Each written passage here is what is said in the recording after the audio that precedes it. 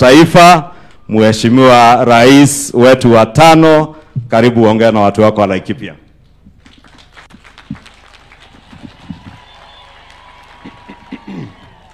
Asanteni sana, tafadhali tunaweza keti chini. Asanteni sana.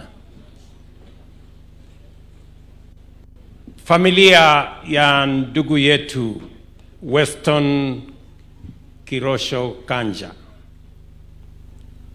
Mama Jedida, Mama Catherine, watoto wao wote wakiongozwa na Inspector General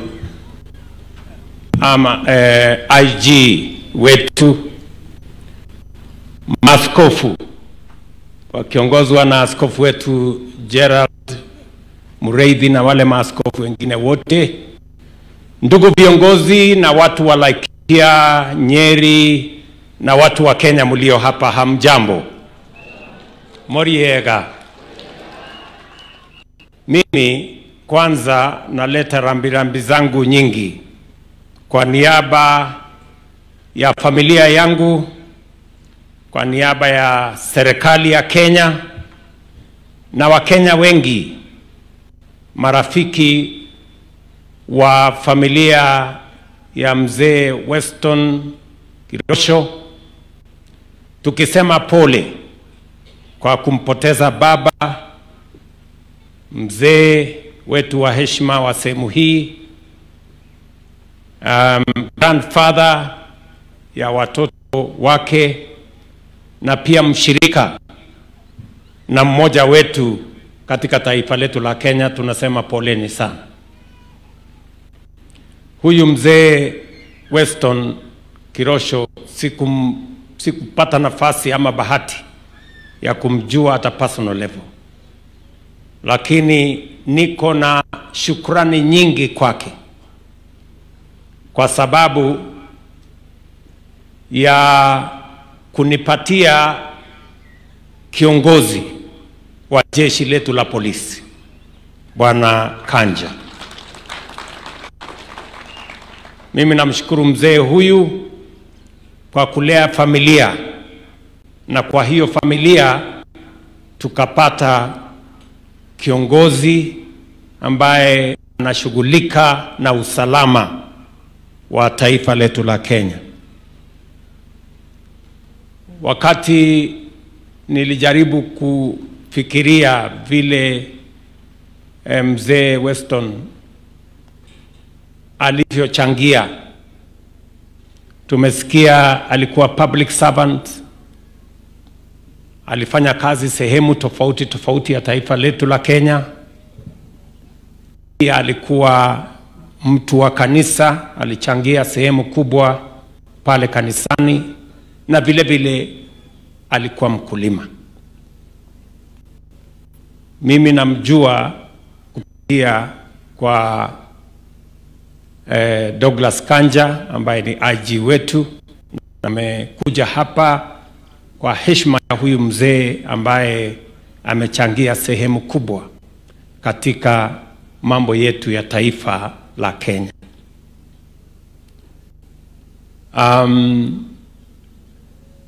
Nilikuwa nafikiria jina Weston ni jina ya hoteli, nimesikia kumbe ni jina ya mtu. So nimefurahi sana kwamba tumefika hapa kusherehekea maisha ya mtu ambaye mchango wake kwa taifa letu la Kenya inaonekana. Na wapongeza wananchi wa sehemu hii kwa ushirika wenu kwa familia hii, kwa kuja ili tuweze kuomboleza na kupunguza mzigo mkubwa ulio katika familia hii kwa sababu ya kumpoteza mzee huyu. Na sote tumekuja hapa kama wananchi, kama binadamu, tukijua ya kwamba sote ni wavivu tukifika mahali barabara ya kusafiri kuondoka dunia hii ni hii ya mzee huyu. So asanteni sana. Nataka nimweleze ndugu yangu Kanja and your family We stand with you. Tunauliza Mungu awarehemu, awashike mkono, familia yenu izidi na kusonga mbele. Mimi niko na shukrani kubwa. Douglas Kanja ni mtu ambaye ananisaidia kazi mzito. Kazi ya usalama wa nchi sio kazi rahisi. Kazi inayohusu maisha ya watu, mali ya watu na usalama wa nchi. Mimi nimebahatika sana kumpata mtu shupavu, a courageous man, a forthright leader, a man of integrity. Na nashukuru mzee huyu because I know huyu Douglas hangekuwa vile alivyo kama hangepata malezi mazuri kupitia kwa baba yake na familia yake. So I'm truly grateful. Pia mimi nataka niwashukuru viongozi wale wengine wote mliokuja so that we can share this moment with this family, na pia wananchi ambayo mmetutembelea hapa. Vile mmesikia huyu mzee alikuwa ni mzee ambaye alihusika na mambo ya maendeleo sehemu hii. Alikuwa anashughulika vile mnasikia na mambo ya shule. Alikuwa anashughulika na mambo ya maendeleo ya sehemu hii akishirikiana na viongozi. Tumesikia historia kutoka Mheshimiwa Festus Kiunjuri ambaye amesema vile walifanya ushirikiano hasa ya mambo ya maendeleo ya sehemu hii. Kwa sababu leo tunampumzisha huyu mzee na tumesikia tuko na deni yake kubwa. Huyu Kiunjuri amenibebesha mzigo kubwa. Najua shida ya huyu Kiunjuri ni kwamba ni mtu wa rika yangu. Na unajua mtu wa rika anaruhusiwa kufanya maneno kiasi. So bwana Kiunjuri, yale maneno umesema kuhusu mambo ambayo yanahusiana na huyu mzee, nitashirikiana na wewe na wale viongozi wengine ili tuweze kuyatimiza kwa heshima ya huyu baba wetu. Ya kwanza ni ile ya kanisa, mahali ya kujenga kanisa. Mimi nimelaumiwa sana kwa ujenzi wa makanisa katika Kenya hii, na I am as guilty as charged. Mambo ya kujenga kanisa mimi pia nilifundishwa na baba yangu. So kama kuna mtu atalaumiwa, mtafute. Bahati mbaya mzee alishaondoka. Sasa sijui mtaenda kumuuliza nani. So hiyo kanisa ambayo mmesema tujenge hapa, next Sunday, Jumapili inayokuja, nitatumana shilingi 500,000 mwanze kujenga hiyo kanisa. Na mshirikiane na wale wengine, alafu isipotosha mtatueleza baadaye, alafu tuone vile tutajenga hiyo kanisa. Kanisa ni ya muhimu kwa sababu ni mahali ambapo tunaweza kujua neno la Mungu. Na neno la Mungu liko na ukweli wa kutosha. Ukisoma kitabu ya Daniel 11 mstari wa 32 nasema, lakini wale wanaomjua Mungu wao watakuwa jasiri na watafanya mambo makuu. Ni vizuri watu wamjue Mungu. Therefore, priority yetu ya kwanza ni kuhakikisha kwamba we build a church. We build a church so that more and more people can get to know God. So tutashirikiana na wale ambao ni wataongoza hiyo maneno kwa heshima ya huyu mzee.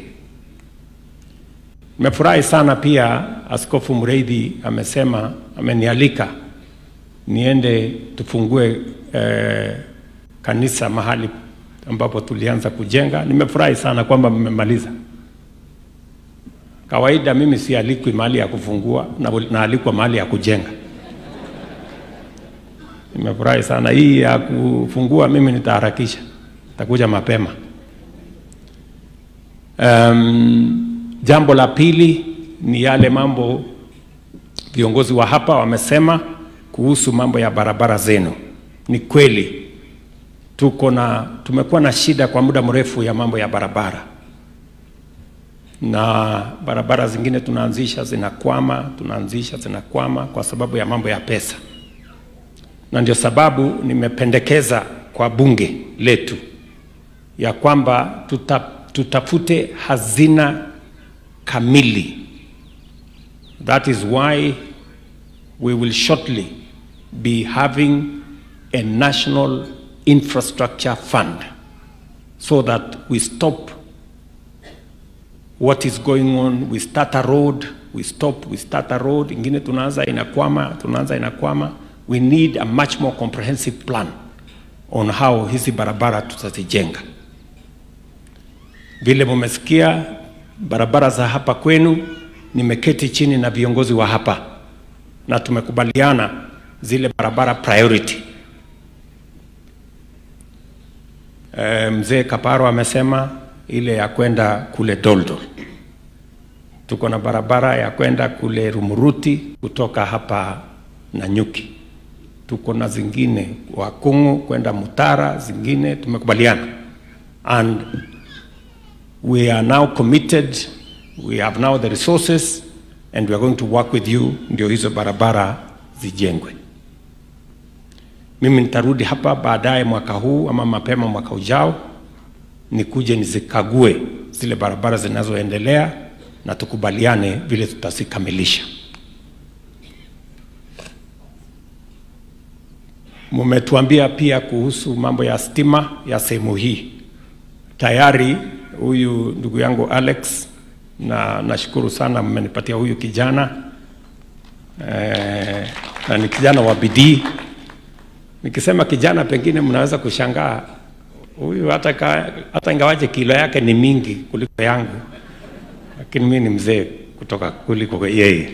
So nashukuru sana, and tumekubaliana vile mzee Weston atapata stima, pia familia zote za hapa watapatiwa stima.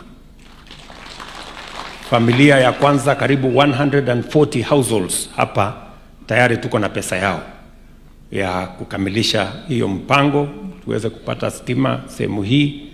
Tuongeze another 140 ikuwe 280 homesteads katika sehemu hii, ndio tuhakikisha kwamba harakati yetu ya kusukuma stima Kenya, mpango yetu ni kufikisha watu 1,200,000 ambao tunawapatia stima. That's our commitment. So Alex,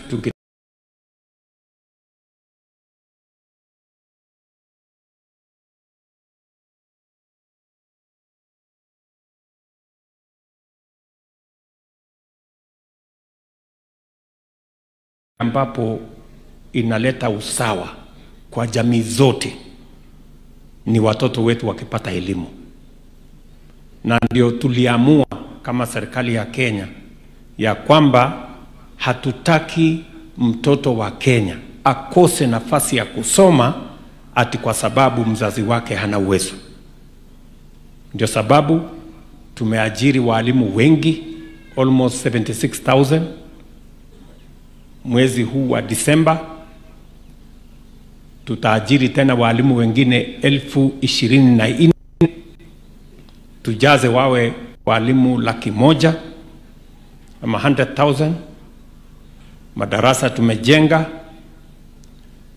na mnajua wiki hii tunaanza mtihani wa grade 6, mtihani wa grade 9. Unajua grade 9 ndio mara ya kwanza under the new competence based education inafanyika mwaka huu. tutakuwa na watoto wa grade 10 wa kwanza next year, na pia tuko na examination ama mitihani ya form 4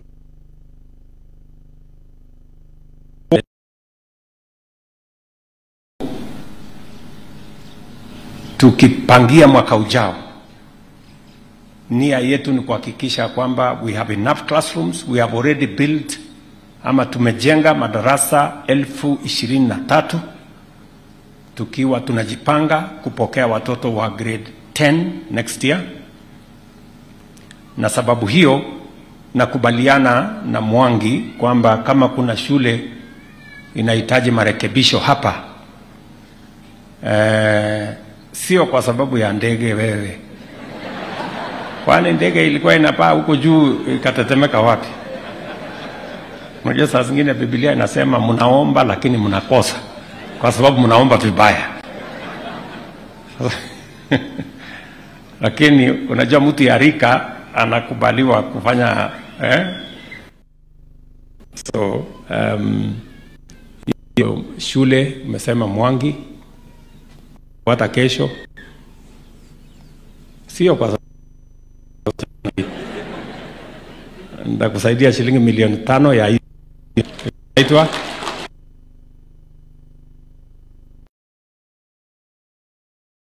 Geshogo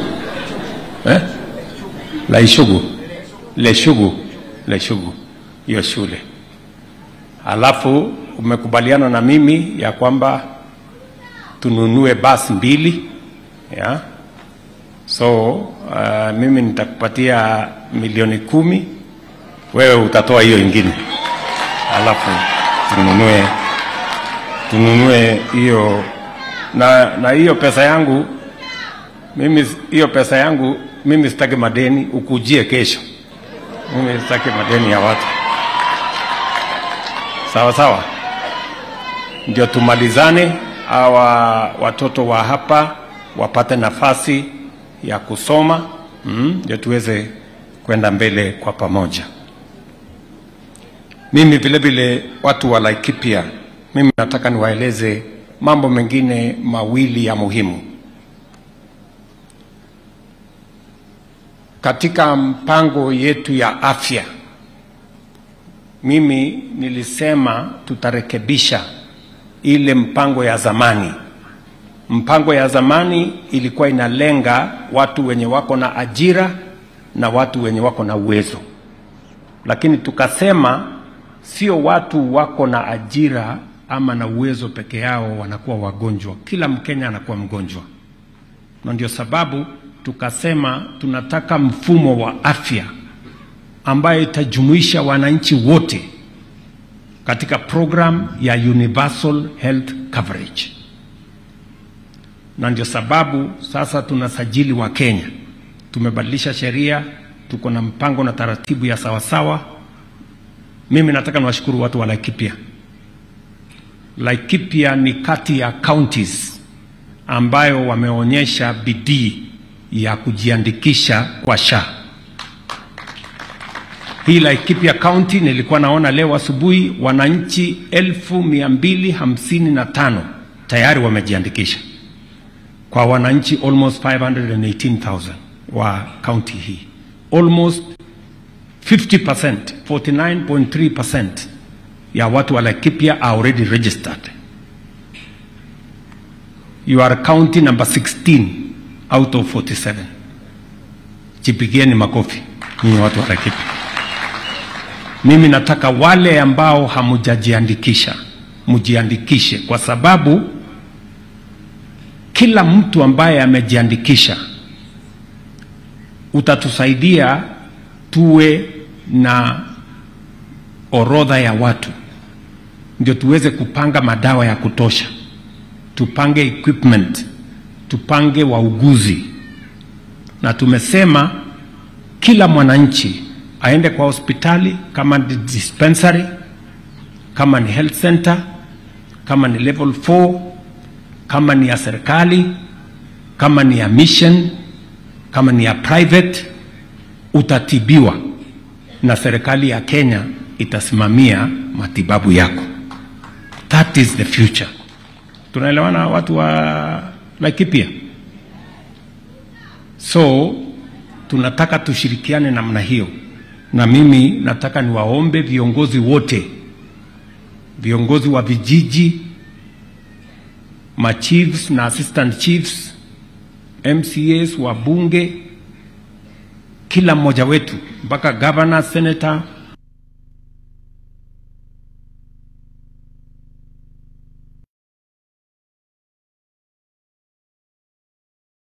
ama watu wenye kazi ama watu wenye wako na uwezo. Afya kwa katiba ya Kenya ni haki ya kila Mkenya. So we want every citizen ashughulikiwe. Jambo la mwisho ningependa kusema hapa ni kwamba mumekubali ama mumeshiriki, nimegapa ni kaunti ya wakulima na tumeshughulika na mambo ya kilimo kwa kiwango kikubwa. Tulikubaliana na nyinyi tupunguze gharama ya kuzalisha mazao yetu ya kilimo.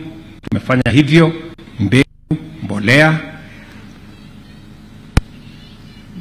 Tumefukuza wakora walikuwa wanatusumbua kwa mambo ya kahawa, mambo ya sukari, mambo ya chai. Kulikuwa na brokers huko na wengine cartels, tumewaondoa.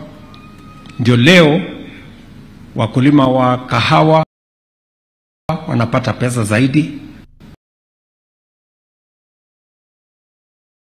wakulima wa chai, wakulima wa maziwa, wakulima wa miwa wanapata pesa zaidi. Lakini bado hatuzalishi chakula ya kutosha. We still have imports of food into Kenya. Na ndio nakubaliana na nyinyi, mumesema mambo ya maji. It is true. Mesikia juzi kwa Mashujaa nimetangaza ya kwamba tukishirikiana na bunge, we are going to organize resources from the budget, proceeds of privatization, from the private sector, using public-private partnerships, ndio tujenge dams 50 kubwa Kenya, ili tuweze kuzalisha chakula kwa mambo ya irrigation, vile governor hapa alivyosema. Hii Laikipia mko na shamba kubwa, na ni shamba iko na rotuba mzuri, na tuko na wananchi wako na bidii. Shida tu wanakosa maji. Tukiwapatia maji, mtatusaidia. Ile chakula tunaagiza kutoka nje, mnaweza kutusalishia hapa. Ile pesa tunalipa kwa wakulima wa nchi zingine, tulipe wakulima wa Laikipia watuzalishie hiyo chakula.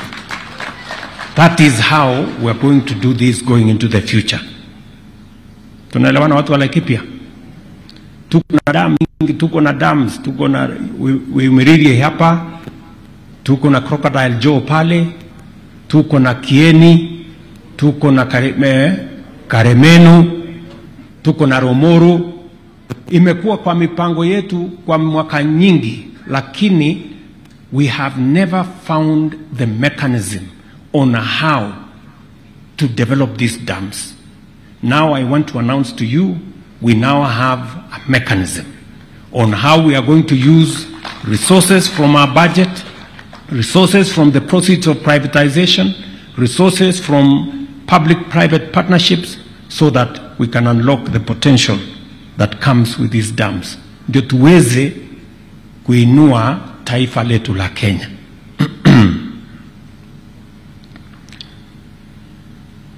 Mumeniambia kuhusu stadium ya hapa Nanyuki, na watu wa kule Nyahururu pia waliniuliza stadium. Na waomba tu mnipatie na miezi miwili, 2 months. Januari nitatuma huyu Mariro.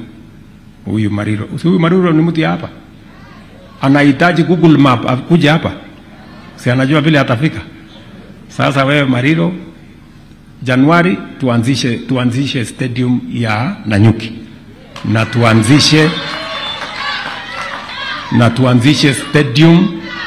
tuanzishe stadium ya Nyahururu, sababu hii Laikipia wametoa wanariadha wengi, sportsmen and women from this county. Sababu nasema Januari ni kwa sababu nimepatia huyu Mariro anisaidie kusimamia stadium inaitwa Talanta kule Nairobi, kubwa tunajenga kwa sababu Kenya ina host AFCON 2027. So akimaliza hiyo kazi unakuja hapa, tunasukuma hiyo kazi songe mbele. Sawa sawa. Saa hizi ile ya Nyeri inaendelea, ilikuwa imekwama, hiyo inasonga mbele. Hata huyo Madenge anajua inasonga mbele, mbunge wa pale, na hizo zingine zote. Nataka niseme mambo mawili ya mwisho kwa vijana. Vijana wa Laikipia mko? Nataka vijana mnisikize kwa makini, kwa sababu sisi ndio wazazi wenu, sisi ndio viongozi ambao tunataka tuwainue, tuwapatie nafasi ya kuchangia. Mkisha pata masomo, mchangie katika kuinua taifa letu la Kenya. Mtumie elimu yenu, mtumie masomo yenu, mtumie ujuzi mlio nao, mtumie nguvu Mungu amewapatia, talanta Mungu amewapatia, kuinua taifa letu la Kenya na kufanya Kenya iwe ni nchi bora kuliko vile ilivyo sasa. Katika hiyo mpango ya vijana tumepanga karibu nafasi 4 ama 5 ya vile vijana wa Kenya wanaweza kuchangia kupata ajira na kuchangia katika kupeleka Kenya mbele. Mnajua tuko na program kubwa ya housing hapa Laikipia. Tumemaliza nyumba tulianzisha hapa Nanyuki. Kuna ingine nyumba karibu 1,500 inaendelea Nyahururu. Kuna ingine tunaanzisha saa hizi Rumuruti, another 1,000 units. Tuko na soko 11 tunajenga hapa Laikipia. Tuko na hostels Laikipia University na TVET hizi zetu zote ya wanafunzi 3,100. Hiyo kazi yote ya affordable housing, ya markets, ya hostels ni nafasi ya ajira ya vijana wa Laikipia. Tumeweka pesa ya serikali Laikipia ya affordable housing, ya hostels, ya markets, shilingi bilioni 15 ya Laikipia County. Ni mnanielewa? So vijana mjipange. Wale mko na ujuzi wa engineering, architecture, plumbers, artisans, masons, electricians, carpenters, steel fixers, watu ya mkono, nani, wale wafanya biashara, wale wa kuuza simiti, wale wa kuuza chuma, wale wa kuuza wheelbarrow, wale wa kuuza nini, sisi wote tuendelee pale ndio tuweze kuinua taifa letu la Kenya. That's number 1. Number 2, tumetengeneza mpango mzuri ya export of labor. Elimu ya Kenya ni mzuri, kizungu ya Kenya ni mzuri. Dunia mzima wanataka wafanyikazi vijana wa kutoka Kenya. So we have organized ourselves. Tumesign bilateral labor agreements na nchi nyingi ili kusaidia wa Kenya waweze kupata kazi anywhere in the world. Tumetafuta pesa ya serikali, kama ukipata ajira anywhere tunakulipia kiti, tunakulipia upkeep mpaka upate mshahara.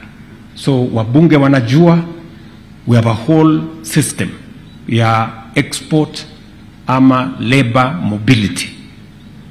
Kwa miaka mitatu sasa, Wakenya zaidi ya 1430 wanafanya kazi nje ya Kenya. Mimi nataka katika hiyo orodha tuwe na vijana 1000, 2000, 3000 wa kutoka hii Laikipia County. We must organize it. Ni mnanielewa? Jambo la tatu, nataka vijana mnisikize kwa makini. Jambo la tatu, mimi nawaambia ile mpango tuko naye kwenu kama vijana. Jambo la tatu, tumeweka program kubwa ya digital jobs. Tunajenga ICT hub, tunajenga Jitume centers, tunaendelea na kuconnect hata kwa mativet zetu, ndio vijana wetu wengi watumie mitandao kuhakikisha kwamba wanaweza kufanya kazi kampuni ambazo ziko nje ya Kenya lakini wakiwa hapa Kenya. Nilienda kufungua juzi kampuni kubwa pale Ruiru na ajiri vijana zaidi ya 1500. Tuko na BPOs ambao wame set up hapa Kenya. We want young people to find opportunities to work in the digital jobs space, and we have set up the infrastructure for you. Vile vile tumekubaliana ya kwamba kesho, nataka vijana wa Laikipia mnisikize, kesho tumetafuta pesa kama serikali shilingi bilioni 20 ya vijana wa Kenya. Vijana nataka mnisikize kwa makini. Bilioni 20 tunataka vijana 800,000 young people. Number one, tunatafuta vijana kati ya miaka 19 na miaka 29 wenye wako na biashara ndogo, small business. Tunataka tuwapatie pesa ya kuinua biashara zenu. Kesho, unasikia? Kesho pale kwa CDF, ofisi ya CDF hapa Nanyuki. Kesho Rumuruti town hapo. Kesho Doldol. Ndio tunaelewana? Mimi nataka niwaulize vijana, muende mujisajili. Tayari vijana wamejiandikisha. Nitakuja mambo ya single mother, ngojeni kidogo. Wacha nipange. Wacha nipange hawa vijana. Vijana mnanisikia? Kesho, na sio Laikipia peke yake, kesho Kenya mzima tunatafuta vijana 1,100 kesho, ili tarehe 4 mwezi ujao tukienda mbele tuwapatie kila 50,000.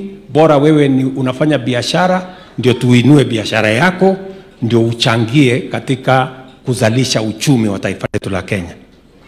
Kijana mwenzenu ako hapa, PS wangu wa mambo ya vijana, huyo kijana anaitwa Jacob, ndiye anasimamia hiyo kazi, na mwenzake mwingine anaitwa Susan. Kesho in every sub-county, in every constituency headquarters, tomorrow we are identifying 100,000 young people who are going to benefit from resources for their entrepreneurship. Ya pili, wale vijana wote ambao wamefanya wako na skills lakini soma, tunataka vile vile tuwasaidie muweze kupata tukitumia program inaitwa recognition of prior learning. Tuwapatie certificates. Kama wewe ni fundi, umejifunza lakini hujaenda college yoyote, sisi tunataka kukusaidia, kwa sababu tayari wewe ni fundi lakini huna makaratasi tukusaidie upate certificate kwamba huyu ni fundi, tumemfanyia mtihani, na katika hiyo program we will identify. Alafu tuko na biashara kubwa na serikali kwa ile mpango ya AKBO, na hapo sasa ndio wamama wale mmesema single mother, mko sasa na nafasi yenu. Tunataka wamama single mothers na wamama wale wengine wote wakuje. Tunatafuta kina mama 600,000. Hawa wamama wakuje, fundishe na tuwapatie vile wanaweza kufanya biashara na sisi kama serikali, either national government ama government, ndio muinue biashara zenu. Tunaelewana? So mimi nasema hivi kwa sababu huyu mzee Weston Kirosho ako na watoto na ako na wajukuu. Watoto wa huyu mzee ndio nazungumza na wao, watoto wa mzee Weston na watoto wetu wote. Msikie nimesema, you have opportunities in Kenya today to contribute your talent, your skills, your knowledge, your energy in benefiting yourself and building our nation Kenya. Tafuta hiyo nafasi, tutasaidiana. Wabunge wako hapa, viongozi wale wengine wote tutashirikiana na wao ndio tuweze kuinua taifa letu la Kenya tuende mbele. Ile kitu mimi nawauliza, nchi haiwezi kujengwa na fujo. Nchi haiwezi kujengwa na chuki ama migawanyiko ama ukabila. We cannot build a nation that way. You know, nchi inajengwa na mpango. Sisi wote tulio nafasi ya uongozi, hakuna haja ya kuwachochea wananchi hawa. Waeleze Ruto anajenga nyumba kiasi fulani, mimi nitajenga zaidi ya yeye. Wananchi waeleze vile utafanya zaidi, si ndio? Yes, let us compete, tushindane kwa mipango ya kuinua Kenya, sio kushindana kwa chuki ya kuharibu nchi yetu. We need to focus. Kwa hivyo sitaki kusema kuzidi hapo, ndugu zangu, watu wa Laikipia. Mimi nimekuja hapa kuungana na nyinyi kumsindikiza huyo mzee na kumwenzi. Amefanya sehemu yake. Mmesikia amefanya kazi Lodwar, amefanya kazi Kakamega, amefanya kazi sehemu nyingi. Amekuja amekuwa mkulima, ametulelea jamii. So sisi ambao tuko hapa pia itafika siku tutakuwa mahali mzee huyu yuko. Jameni, tufanye bidii ndio wakati huu ukifika, at least kupatikane maneno ya kusema ulifanya. Isiwe tu ati ulichochea watu, kapiganisha watu, ukaharibu hii, ukasumbua huko, haitakuwa inatusaidia. Kwa hivyo nasema kwa watu wa Laikipia, maneno ya amani katika sehemu hii. Tumekuwa na matatizo pale nyuma, lakini sasa we have cornered the bandits and the criminals and the crooks. Pole pole, we will make sure that Laikipia is safe, Laikipia is stable, Laikipia is peaceful, as we do for all the other counties in Kenya. Sitaki kusema kuzidi hapo, nitarudi tena hapa vile tumekubaliana kwa mambo ya shughuli ya maendeleo ya sehemu hii. Tunaelewana jameni? Mimi nilikuwa natamani sana, kwa sababu unajua huyu Kanja anafanya kazi na mimi na ni mtu wa bidii na ni mtu wa kujitolea. lakini nimekuwa nikimshawishi na kumshauri, kwa sababu mimi ni mkulima. Mbali na mimi kuwa rais, ni mkulima. Mimi nimekuwa nikimshauri aweke ng'ombe ya maziwa huyu Kanja. Nilikuwa nafikiri leo nitaona hiyo ng'ombe, lakini nimeambiwa kumbe kwake si hapa, kumbe kwake iko mbali kidogo. Bahati yako, ninge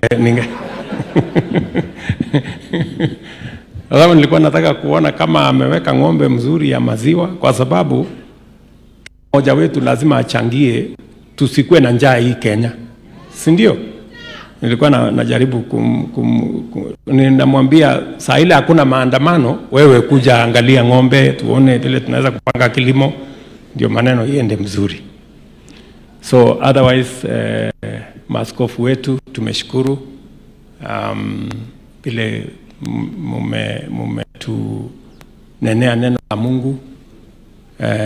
Maneno yale mengine mengi ya vile tunataka kupanga taifa letu la Kenya, na nakubaliana na Bwana Ishungwa kwamba tunataka tulinde taifa letu la Kenya. You know, saa zingine tunazembea, saa ile mambo imeharibika tunalaumu, tunatafuta mtu wa kulaumu. Tumesema ya kwamba maneno ya religious extremism, ile ambayo inatuletea hasara kama ile tulipata kule Shakahola, lazima tuzuie. Tumesema vile vile mambo ya vijana wetu wanaangaishwa, they are being terrorized kule kwa social media, na mambo machafu, mambo ya usherati, mambo ya pornography. Hiyo pia lazima tuzuie kama serikali. Wale wanaendesha hiyo biashara ya kuumiza vijana wetu, mpaka unakuta vijana wengi wanaenda commit suicide, wanajinyonga kwa sababu ya terrorism ile iko huko ndani ya mitandao. Lazima tuwazuie hawa watu. Vile vile wale wanatumia mitandao kuendesha ugaidi, we must also stand up to them and protect the nation. We must protect Kenya, you know, na tuseme ukweli. Najua kuna watu wanatafuta kuchafua Kenya kwa mbinu zote. Rais alisign hii sheria, ilikuweko amendment, ilianza 2024. Amendment ilifanywa na bunge. Mimi niliamuka on Wednesday, mimi nikiwa na kwa sababu hiyo ndio ilikuwa kazi yangu ya siku hiyo, na ni kazi ya kikatiba ya kutia mkono sheria, kwa sababu ilikuwa imepita viwango vyote, nikatewa na speaker. Bahati mbaya tukapoteza wetu mkuu wa zamani, lakini tayari nilikuwa ofisini kwa hiyo kazi. Hata nilikuwa nimevaa shati, nilikuwa naenda Ukambani kwa mambo ya barabara. So I was on duty just like any other citizen. Hakuna kitu ya kuficha, hakuna kitu ya giza, hakuna kitu inafanywa usiku. We are doing the right thing for Kenya. We want to protect this nation from situations that undermine the well-being of the young people of our nation, the well-being of the people of Kenya, the security of the country, na yale mambo mengine ambayo yatatusaidia. Wale wanaosema waseme ukweli, wawachane na porojo, wawache misinformation, wawache disinformation. Let us speak what is right, na Kenya itasonga mbele if we are all together. Kwa hivyo asanteni sana kwa kunisikiza. Nitarudi hapa tena Mungu akitujalia, na wapenda sana na watakia baraka ya Mungu. Thank you very much and God bless you. Basi na tukiwa tumebaki tumesimama, yangu ni kuwaelekeza tu vile tutakavyotoka, kwa sababu tumemalizana na ibada. Tutaanza na wachungaji, clergy will lead us as we are leaving, followed by the casket, then the family and His Excellency the President. So I request that the pallbearers kindly let's come and assist. Clergy, we may proceed. Clergy, we may proceed to exit because they lead, followed by the casket, then the family and His Excellency the President. Nitaomba pia MC ambayo yuko hapa kutusaidia aendelee na matangazo tukishatoka, lakini kwa sasa tunangoja tu clergy watoke. Pallbearers, kumtegemea Mwokozi. Asanteni sana wanakwaya.